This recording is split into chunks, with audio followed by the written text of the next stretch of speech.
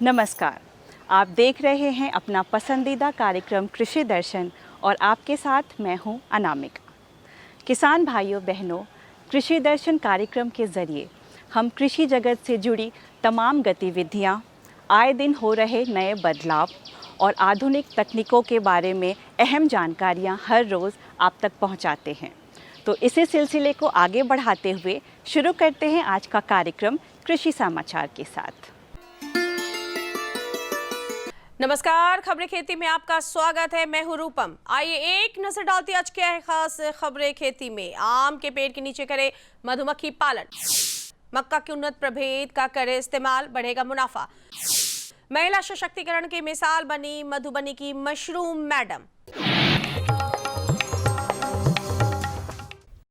गांव के किसान फलों एवं सब्जियों की खेती नकदी फसल के रूप में करते हैं, लेकिन ग्रेडिंग एंड पैकिंग की व्यवस्था नहीं होने के कारण उन्हें उचित बाजार मूल्य नहीं मिल पाता है, जिस कारण किसानों को नुकसान उठाना पड़ता है। राष्ट्रीय बागवानी मिशन के तहत उद्यान विभाग राज्य के किसानों को पैक हाउस के निर्माण पर 50% तक का अनुदान मुहैया करा रही है। पैक हाउस के निर्माण होने से किसान भाई फल एवं सब्जियों का भंडारण काफी आसानी से कर सकते हैं और उचित बाजार मूल्य मिलने पर उन्हें बेच भी सकते हैं। योजना का लाभ लेने के लिए किसान भाई उद्यान विभाग की साइट पर जाकर ऑनलाइन आवेदन कर सकते हैं।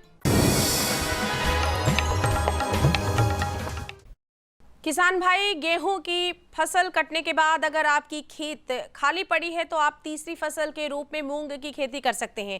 यह फसल कम समय में तैयार हो जाता है और इससे भूमि की उर्वरा शक्ति भी बढ़ती है। इस विषय पर ज्यादा जानकारी दे रही हैं कृषि विज्ञान केंद्र वैशाली की वैज्ञानिक श्री प्रिया दास। अगर इस समय हम ग्रीष्मकालीन मूंग की चाष करें तो हमें लाभ हो सकता है। मूंग एक ऐसी फसल है जो लेग्यूमिनस टाइप है और हवा में उड़ने वाले नाइट्रोजन को ये अपने अंदर समा के उसे मिट्टी में फिक्स कर देती है और इसके कारण सीक्वेंस में लगाए जाने वाले नेक्स्ट क्रॉप को भी बहुत फ़ायदा हो सकता है। हमारे देश के गांव के लोग ज्यादातर खेती बाड़ी पर ही निर्भर करते हैं। ऐसे में खेती से जुड़े नए तकनीक का आविष्कार होना बेहद ही जरूरी है। ऐसा ही एक तकनीक है आम के पेड़ के नीचे मधुमक्खी पालन। किसान भाई इस तकनीक से मधुमक्खी पालन करते हैं तो कृषि व्यवसाय में एक सकारात्मक बदलाव होगा। आम की खेती करने वाले किसान भाई अगर आम के पेड़ के नीचे खाली जगह पर मधुमक्खी पालन करते हैं तो उन्हें आम के आम और गुठली के भी दाम मिल सकते हैं, यानी दोहरा लाभ। मधुमक्खी पालन कृषि से ही जुड़ा एक व्यवसाय है जिसमें लागत कम और मुनाफा कहीं अधिक प्राप्त होता है। दरअसल मधुमक्खियों द्वारा आम के मंजरों पर परागण क्रिया से उसके उपज में गुणात्मक वृद्धि होती है और ये बेहद ही सस्ता उपाय है। मधुमक्खी पालन के लिए किसान भाई आधुनिक तकनीक वाले बॉक्स बना लें और उन्हें 1.5 से 2 मीटर की दूरी पर रखें। किसान भाई इस बात का ध्यान रखें कि लकड़ी के बॉक्स पर सूर्य की सीधी रोशनी न पड़े, नहीं तो मधुमक्खियों को नुकसान पहुंच सकता है।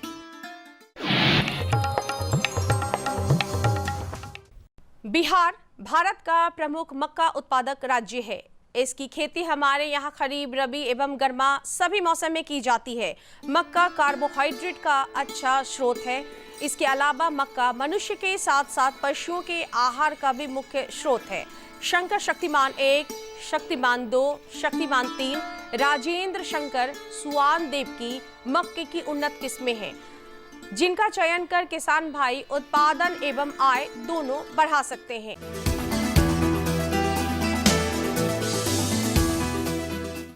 सफलता की आज की कड़ी में हम आपकी मुलाकात मधुबनी जिले की मशरूम मैडम के नाम से प्रसिद्ध प्रगतिशील किसान रीना देवी से करवाते हैं।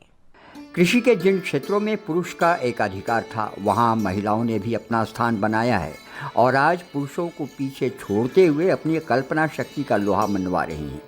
बिहार के मधुबनी जिले के लहरियागंज की रहने वाली रीना देवी ऐसे ही एक सफल महिला किसान है जो मशरूम उत्पादन के व्यवसाय से जुड़ी हैं। रीना केवल मशरूम के उत्पादन पर ही निर्भर नहीं है, बल्कि मशरूम के अलग अलग तरह के उत्पाद बनाकर अच्छी कमाई भी कर रही हैं।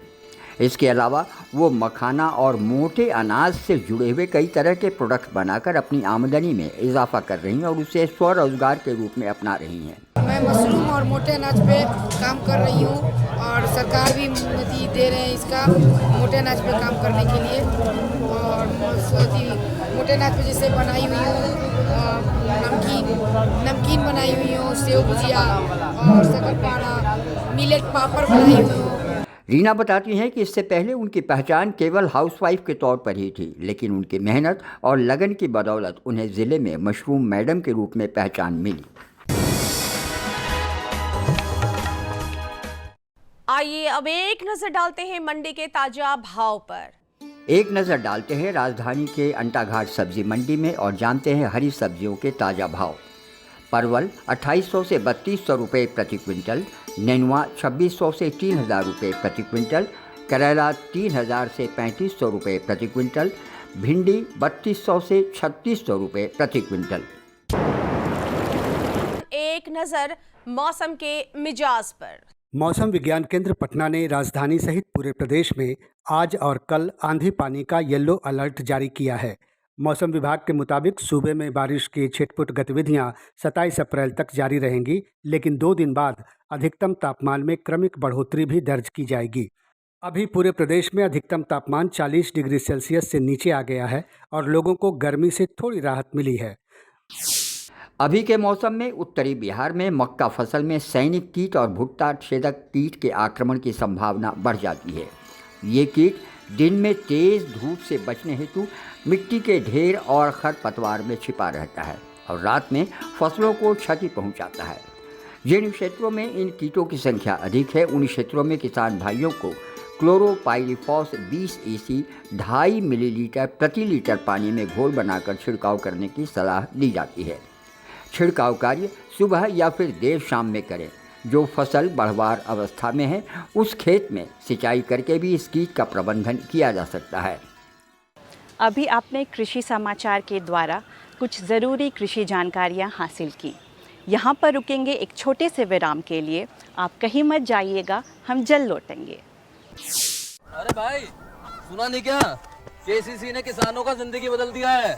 देश के छोटे किसान 1,60,000 रुपये तक का कर्ज बिना किसी गारंटी को ले पाएंगे। ब्याज खोरों से भी पीछा छूटा। मैं तो जैविक खेती का पूरा सामान मंगा लिया। केसीसी का भी कोई दबाव नहीं है। ब्याज चुकाने के लिए पूरा 1 साल मिलता है। समय पर भुगतान करने पर केवल 4% के सालाना ब्याज पे लोन मिल गया मुझे। अपना आधार कार्ड, लेटेस्ट फोटो और जमीन के कागजात लेके अप्लाई करो बस। और नामांकन भरने के लिए जेब भी ढीली नहीं करनी पड़ी।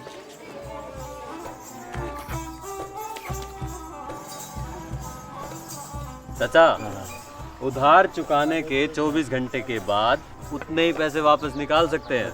केसीसी ने किसानों की जिंदगी वाकई बदल दी है। तो आप भी किसान क्रेडिट कार्ड अपनाएं और सहजता से ऋण पाएं। कार्यक्रम में आपका फिर से स्वागत है। आप देख रहे हैं कृषि दर्शन। गर्मी का मौसम शुरू हो चुका है और इसी के साथ ही आम और लीची के बागों में फूल से फल बनने की प्रक्रिया भी शुरू हो चुकी है। पर आमतौर पर यह देखने में आता है कि फूल के फल के गिर जाने और उसमें कीट लग जाने के कारण किसान हमेशा परेशान रहते हैं, जिससे फलों की उत्पादन में कमी आ जाती है और किसानों को भारी नुकसान उठाना पड़ता है। ऐसे में क्या तैयारियां की जाएं और क्या सावधानियां रखी जाएं ताकि फलों का ज़्यादा से ज़्यादा उत्पादन मिल सके, इस बारे में बता रहे हैं विशेषज्ञ देवनाथ प्रसाद। किसान भाइयों नमस्कार। कार्यक्रम कृषि दर्शन में आप सभी का बहुत बहुत स्वागत है।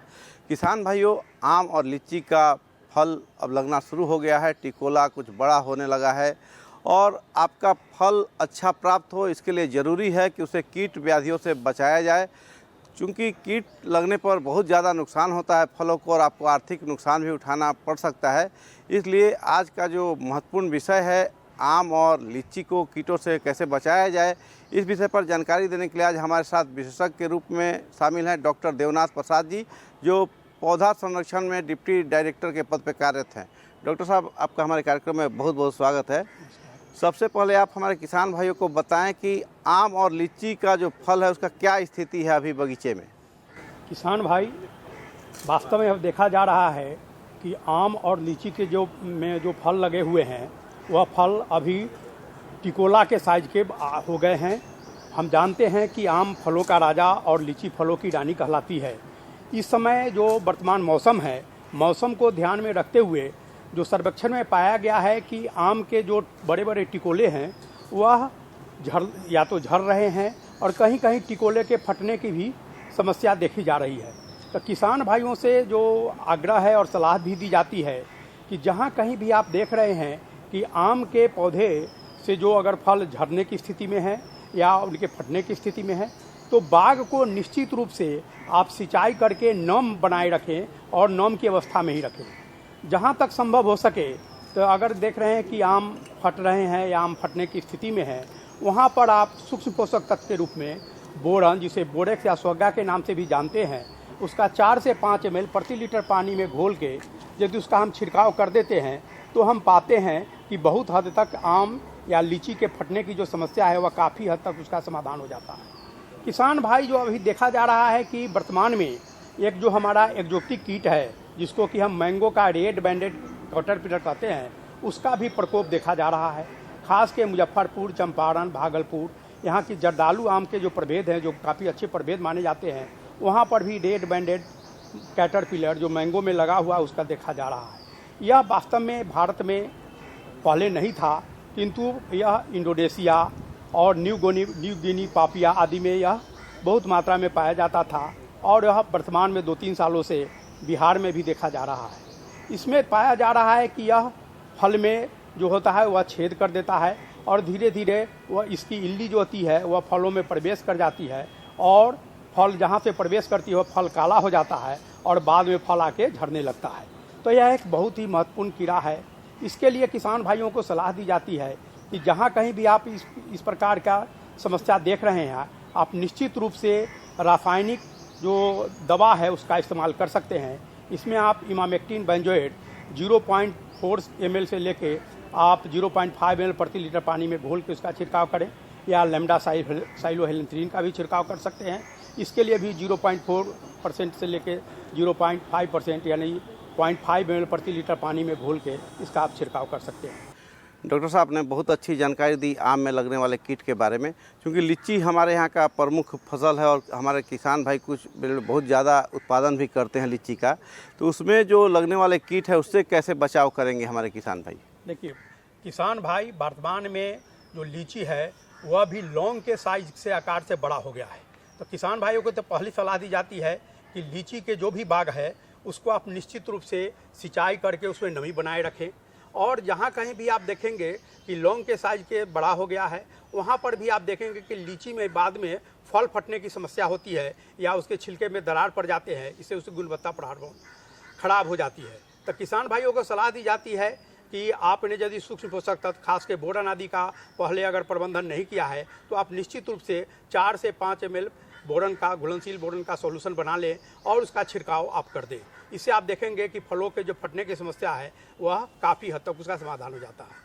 और किसान भाई, लीची के लिए एक दूसरी महत्वपूर्ण क्रांतिक अवस्था है जिसको हम कहते हैं कि वह परिपक्व होने से पूर्व उसमें लालिमा आ जाती है। उस समय भी फलों पर विशेष ध्यान देने की ज़रूरत है।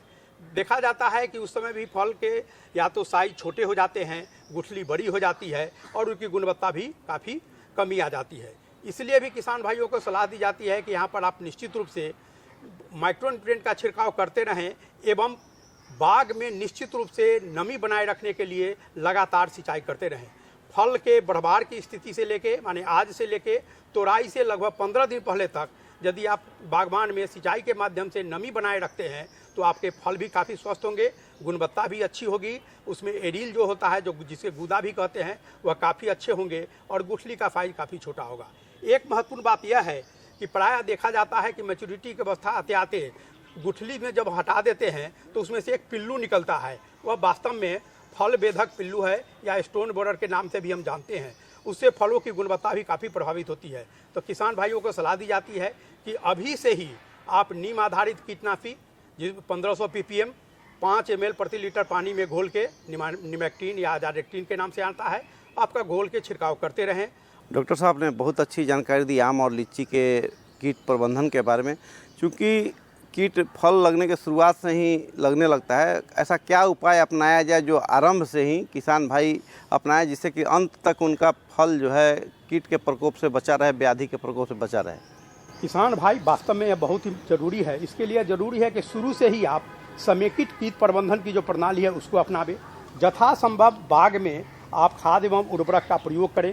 प्रति पेड़ के हिसाब से अगर 15 साल या 15 साल से ऊपर का अगर पेड़ हो गया है तो प्रति पेड़ के हिसाब से 500 ग्राम DAP, 700 से 8 ग्राम यूरिया और 700 से 8 ग्राम पोटास आप दे के रिंग में, यानी पेड़ के जो तना है उस तने से आप 1.5 से 2 मीटर की दूरी पर रिंग बना लें और उसका उपयोग करें। खरपतवार से विमुक्त रखें, साफ सफाई पर ध्यान दें और समयानुसार उसकी कटाई छटाई करते रहें। और जब कभी भी आप देख रहे हैं कि कहीं पर आपको अन्य कीट या व्याधि लग रहे हैं तो अब जैविक कीटनाशी जिसमें नीम आधारित कीटनाशी है, प्रथम चरण में आप उसका इस्तेमाल करें तो आप बहुत हद तक जो आगे की समस्या होगी कीट व्याधि लगने की उस पर आप प्रबंधन कर पाएंगे, नियंत्रण कर पाएंगे और लागत भी कम लगेगी, फल की गुणवत्ता भी बनी रहेगी और मार्केट में उसका मूल्य भी बना रहेगा और उसकी जो पकने के बाद जो मिठास है या गुणवत्ता है वह सलाह के लिए काफ़ी अच्छी रहेगी। बहुत अच्छी जानकारी दी डॉक्टर साहब आपने। क्योंकि हमारे किसान भाई दूरदर्शन के माध्यम से कई नई जानकारी अर्जित करते हैं, तो और क्या महत्वपूर्ण सलाह आप देना चाहेंगे हमारे किसान भाइयों को आम और लीची को कीट से बचाने के लिए?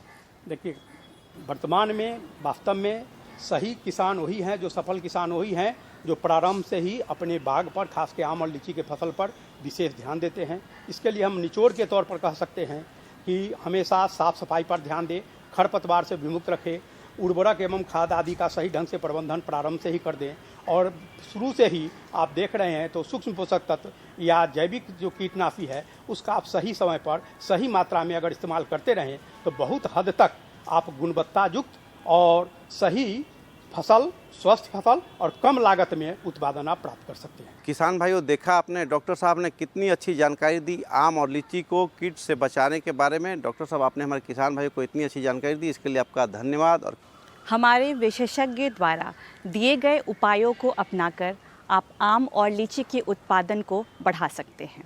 आइए बढ़ते हैं कार्यक्रम के अगले भाग की ओर। किसान भाइयों बहनों, अच्छी फसल किस पे निर्भर करती है? यह निर्भर करती है मिट्टी की उपजाऊ क्षमता और उसके स्वास्थ्य पर, और इसके लिए मिट्टी की जांच कराना ज़रूरी होता है।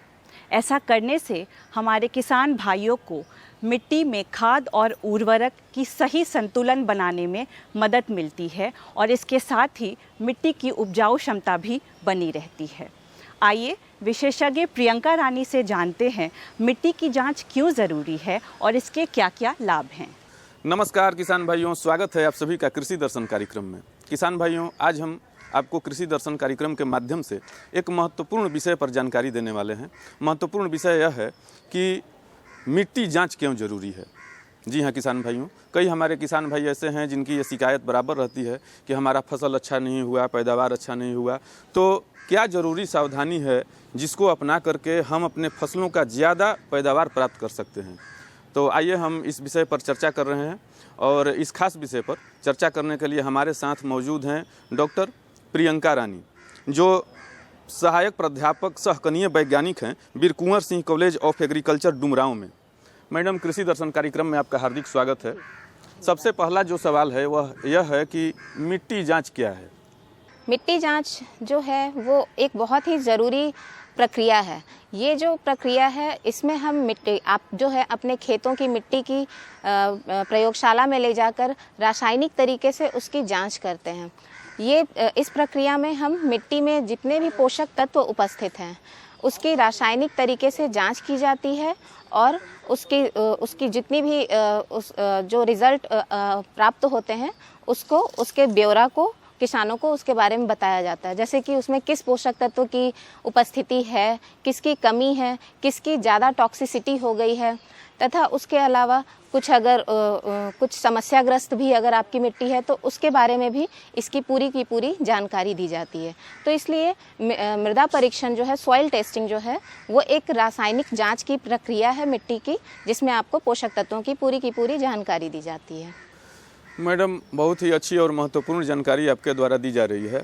इसी क्रम में जो अगला सवाल है कि मैडम, जो हमारे किसान भाई हैं तो ये जागरूकता के अभाव में हम कहें या नासमझी के अभाव में कहें, नासमझी तो नहीं कहेंगे, जागरूकता के अभाव में ही हम कह सकते हैं कि कई हमारे किसान भाई मिट्टी जांच को प्राथमिकता नहीं देते हैं। और ये अभी हमारे बिहार के संदर्भ में इसका प्रचलन भी नहीं है, प्रचलन में आया भी नहीं है। हालांकि कुछ कुछ जगहों पर ये सुनने में आ रहा है कि कई किसान भाई अब जागरूकता के क्रम में इसको जांच कराने के लिए अग्रसर हो रहे हैं। तो ये मिट्टी जांच जरूरी क्यों है? जी बिल्कुल, आपने बिल्कुल सही कहा। किसान भाई जो हैं इस पे बहुत ज़्यादा ध्यान नहीं देते हैं, लेकिन ये इसलिए बहुत ज़्यादा ज़रूरी है क्योंकि सबसे पहला इसका फ़ायदा ये होता है कि मिट्टी जांच कराने से आपको फसल उत्पादन करने से पहले ही आपको आपके खेत की मिट्टी के बारे में पूरी की पूरी जानकारी मिल जाती है। जैसे कि आपका खेत जो है वो किसी समस्या से ग्रसित है या नहीं, ये भी आपको पहले फसल उत्पादन से पहले, जैसे बहुत किसान भाइयों के खेत में अक्सर होता है जब वो फसल लगा दिए हैं फिर अच्छी पैदावार नहीं हो रही है या अच्छा उत्पादन नहीं हो पा रहा है, तो वो उस समस्या को मतलब पौधे लगाने के बाद उनको पता चलता है। लेकिन ये मृदा परीक्षण करने से उनको ये सारी समस्या की जानकारी आपको पौधा लगाने से पहले ही मिल जाएगी। मतलब आपको आपके खेत के बारे में, खेत की मिट्टी के बारे में, उसमें पोषक तत्व उपस्थित है या नहीं, किस पोषक तत्व की कमी हो रही है, या कौन सा पोषक तत्व जो है वो टॉक्सिक बहुत ज़्यादा विषैले अमाउंट में वहाँ पे उपस्थित है, या फिर आपकी मिट्टी अम्लीयता से ग्रसित है, क्षारीयता से ग्रसित है, लवणता से ग्रसित है, या मिट्टी में नमी प्रॉपर पर्याप्त मात्रा में उपस्थित हो रही है या नहीं। इन सभी चीज़ों के बारे में आपको पूरी की पूरी जानकारी मृदा परीक्षण से मिल जाती है, जो कि ये पौधे को लगाने के पहले ही मिल जा रही है। साथ ही साथ इसका एक और महत्वपूर्ण फ़ायदा है, जैसे अगर किसी जिला, गांव या डिस्ट्रिक्ट का अगर मानचित्र मैप तैयार करना होता है उर्वरता की बेसिस पे, तो आप मृदा परीक्षण के द्वारा इसको आप मानचित्र पे ले जा सकते हैं। कई हमारे किसान भाई हैं कि धान कट गया, गेहूं कट गया, तो जो उसकी डंठल है, पराली है, तो उसको खेत में जलाने के उपरांत सोचते हैं कि हमारा खेत जो ऊपरी जो सतह है वो जल जाने के उपरांत ज़्यादा पैदावार होगा। तो इसके लिए जो हमारे जो जरूरी जो पोषक तत्व से युक्त जो हमारे कीट जो होते हैं, जैसे केचुआ है, वो भी नष्ट हो जाते हैं। लेकिन जागरूकता के अभाव में हमारे किसान भाई इन सब चीज़ों को करते हैं। तो मिट्टी जांच के लिए वो कहाँ जाएं, निकटतम केंद्र से कहाँ संपर्क करें? जी बिल्कुल, इसका तो जवाब मैं दूंगी, लेकिन इससे पहले आपने जो एक तथ्य उठाया कि वो अपने पराली को वो खेत में जला देते हैं, ये जो है वो सोचते हैं कि इसको जला देने से उनकी उत्पादकता बढ़ जाएगी। ये सबसे बड़ा यहाँ पे उनको इससे हानि मिलता है। वो क्यों मिलता है? जैसे ही आप अपने खेतों में पर्यावरण को भी तो नुकसान है। पर्यावरण को बिल्कुल, पर्यावरण को तो नुकसान है ही, साथ ही साथ जैसे ही आप अपने खेतों में आग लगाते हैं, पराली को जलाते हैं, उसकी वजह से आप वहाँ का जो तापमान है, जब मिट्टी में आग लगती है तब वहाँ का तापमान कम से कम 700 से 800 से लेकर के 1200-1500 डिग्री तक भी बढ़ जाता है। उतने उच्च तापमान पर आप सोच सकते हैं कि आपकी मिट्टी में नमी की जो ऊपरी परत है 15 सेंटीमीटर, कम से कम 15 से 20 सेंटीमीटर, उसमें नमी की मात्रा तो सबसे पहले पूरी की पूरी ख़त्म हो जाएगी। जितने भी उसमें आवश्यक सूक्ष्म जीव हैं वो सारे के सारे मर जाएंगे। 1200-1500 डिग्री पे कोई भी सूक्ष्म जीव वहाँ पे आपके नहीं जीवित बचेंगे। साथ साथ जो पोषक तत्व हैं जैसे नेत्रजन, नाइट्रोजन है, वो आपका वोलेटिलाइज होकर के वायुमंडल में चला जाएगा, और भी अन्य जो आवश्यक पोषक तत्व हैं इन सब का ह्रास हो जाता है।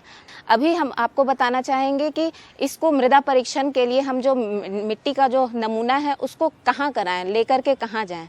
तो इसके लिए आप ये केंद्र सरकार के द्वारा भी और राज्य सरकार के द्वारा भी बहुत सारे कृषि विज्ञान केंद्र, कृषि कॉलेज या मृदा परीक्षण प्रयोगशाला, इसकी भी स्थापना पहले से भी है और भी स्थापना की जा रही है, की गई भी है। तो आप वहाँ पे भी ले जा कर के कर सकते हैं। कुछ मोबाइल कृषि परीक्षण प्रयोगशाला है, आपके खेतों तक भी आती है, वहाँ पे भी आप कांटेक्ट कर सकते हैं। वहाँ पे भी आप अपने नमूने को ले जा सकते हैं और वहाँ जांच करा सकते हैं।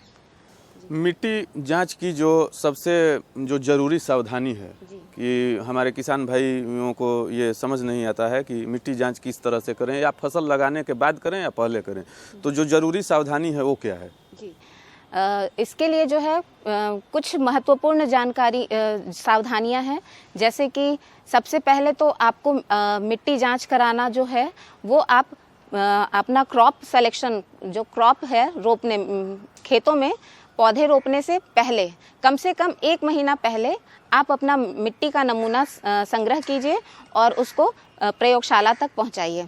एक जागरूकता के लिए हम आपका जो खास संदेश है अपने किसान भाइयों तक पहुंचाना चाहेंगे कि मिट्टी जांच के लिए हमारे किसान भाई जागरूक हों ताकि उनको ज़्यादा पैदावार प्राप्त हो सके। तो आपका खास संदेश है।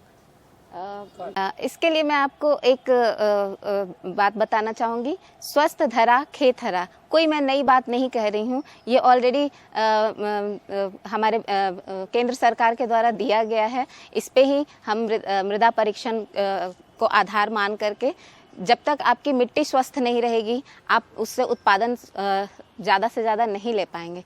तो आप इस बात को हमेशा ध्यान रखें, स्वस्थ धरा खेत हरा। तो देखा किसान भाइयों, जैसा कि हमारे विशेषज्ञ ने बतलाया कि स्वस्थ धरा तो खेत हरा, और हम आशा करते हैं कि आप अपनी मिट्टी की जांच अवश्य कराएंगे जो खेत की मिट्टी है, और ज़्यादा पैदावार आप प्राप्त कर सकेंगे। और इतनी अच्छी और महत्वपूर्ण जानकारी के लिए हम अपने विशेषज्ञ का हृदय से आभार प्रकट करते हैं। मैम, कृषि दर्शन कार्यक्रम में आने के लिए आपका बहुत बहुत धन्यवाद। तो किसान भाइयों, ये था आज का कृषि दर्शन कार्यक्रम। हमें पूरी उम्मीद है आज के कार्यक्रम में दी गई सारी जानकारियाँ आपके लिए उपयोगी रही होंगी। ऐसी ही कुछ और जानकारियों के साथ अगले अंक में फिर होंगे आपसे रूबरू। तब तक के लिए मुझे और पूरी कृषि दर्शन टीम को आज्ञा दीजिए। नमस्कार।